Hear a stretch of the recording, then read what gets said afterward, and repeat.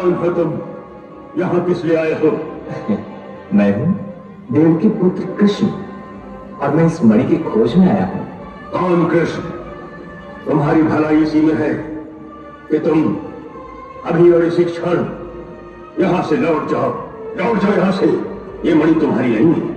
परंतु ये जिसकी है उसी को लौटानी है, इसलिए तो आया।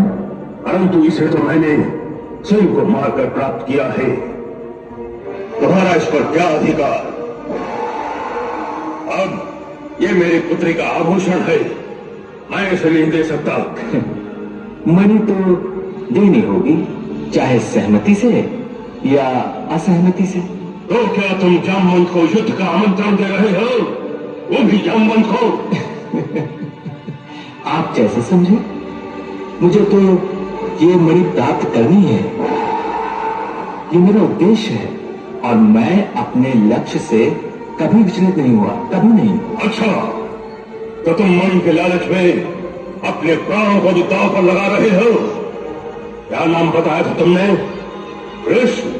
हाँ, कृष्ण, देव के पुत्र कृष्ण। तो फिर तुम अपने माता पिता का स्मरण भी कर लो। हो सकता है कि दोबारा तुम्हें यह अवसर न मिले। तो बोलो, मल युद्ध के लिए तैयार हो? तैयारी तो उसे करनी होती है जो सचेत ना हो। तुम वार करो जामवंत। पहला वार करने का अधिकार तुम्हारा है, क्योंकि तुम स्वयं मेरे प्रसाद में चलकर आए हो। नहीं जामवंत, नहीं। पहले वार करने का अधिकार तुम्हारा है, क्योंकि तुमने ही पहले मुझे युद्ध करने का आमंत्रण दिया है। अच्छा, उम्मीद ही कुशल में हो तुम। मेरी पुत्री ही हमारी जय पराजय की निर्णायक होगी, समझे? मुझे भगवान राम और लक्ष्मण के अतिरिक्त कोई दूसरा युद्ध में नहीं हरा सका है। पहले ये एक बात सोच लो, मैं तुम्हें एक अवसर और देता हूं। सब सोच लिया है जामवंत। तो फिर ठीक है।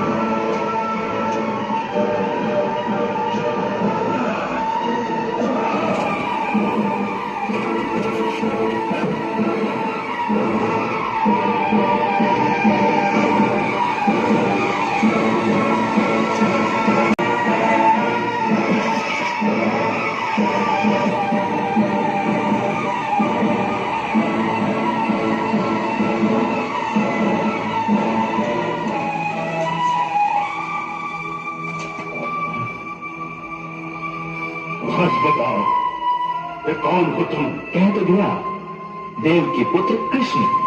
परंतु मुझसे तो कुछ और ही कहा था। किसने? क्या कहा था?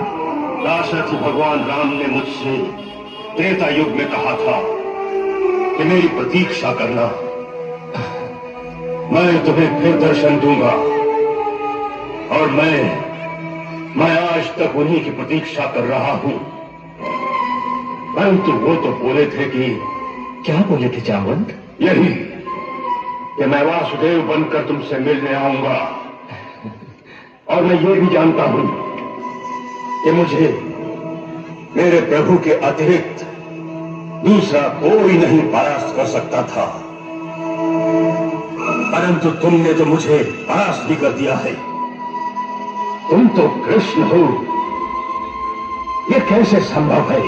कैसे संभव है? ये काम असत्य कैसे कह सकते हैं? वासुदेव कौन है? मैं वासुदेव हूं। हाँ, वासुदेव कृष्ण मैं ही हूं।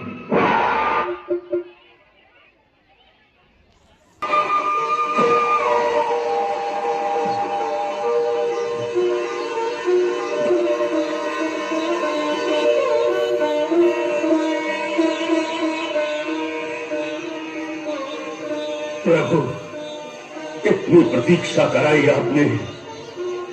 मैं तो आपके लिए ही इस एकांत में साधना कर रहा था। ऐसा कोई दिन नहीं गया कि आपकी याद न की हो प्रभु।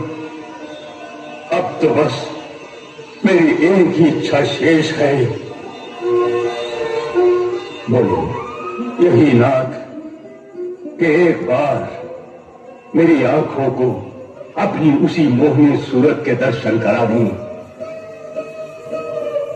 इस रूप की सुधा से प्यास बुझाने के लिए ये आंखें त्रेता युग से अब तक खुली हुई हैं, प्रतीक्षा कर रही हैं।